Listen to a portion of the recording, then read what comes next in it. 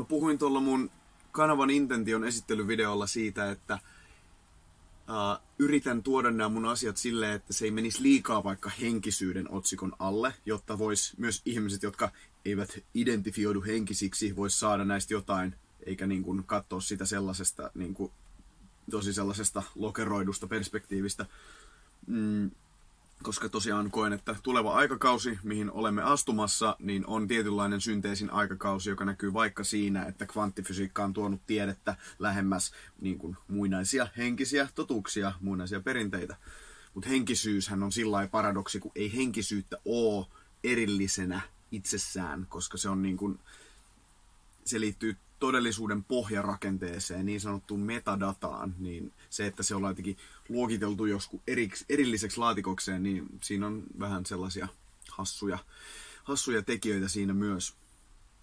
Mutta tuntuu tässä siltä, että se ei varmaan ole kuitenkaan mahdollista koittaa tehdä silleen, että kaikki saisi, että kaikkia miellyttäisi, että kaikki saisi tästä jotain, jokaiselle jotakin meiningillä, tai jokainen aina kyllä saa jotakin.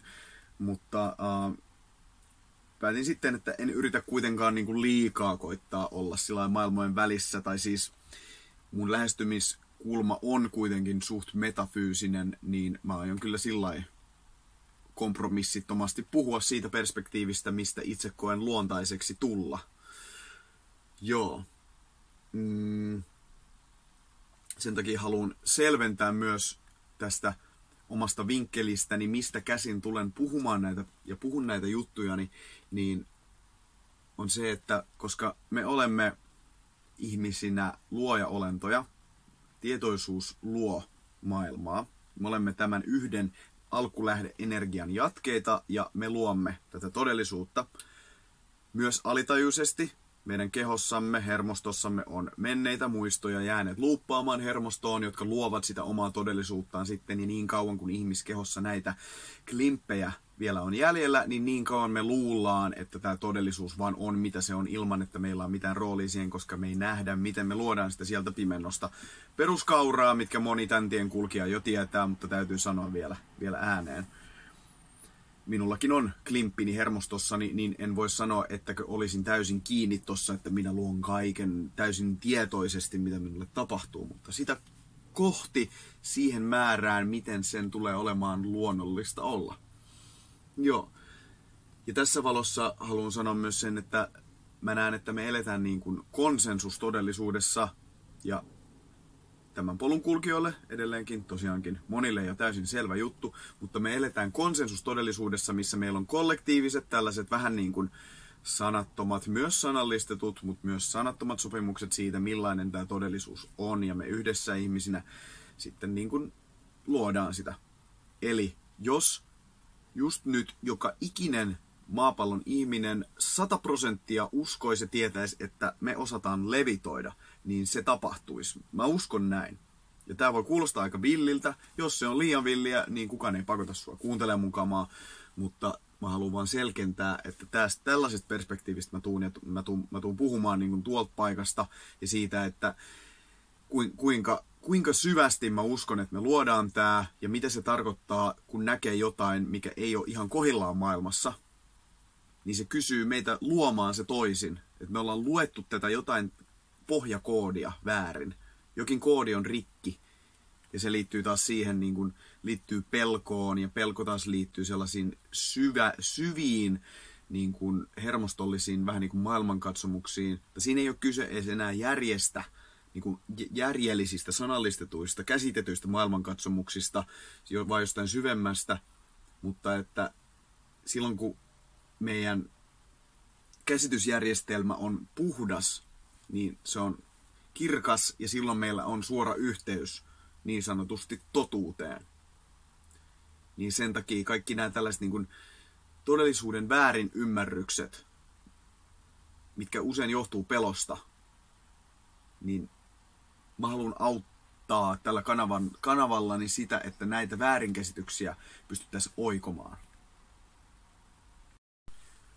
Ja myös se vinkkeli, että kaikki tämä on yksi, ja se yksi on totuus, ja se yksi on rakkaus. Niin tällainen hyvin yksinkertaisesti ilmaistuna tämä vinkkeli on hyvin olennainen tässä, jota haluan kultivoida. Ja tuoda myös sen pointin, että tarkennuksena tohon uskomusesimerkkiin, että miksi kaikki ihmiset eivät sitten päätä yhtäkkiä, että asiat olisi vaikka hyvin. Varmasti päättäisi, jos olisi kykeneväisiä.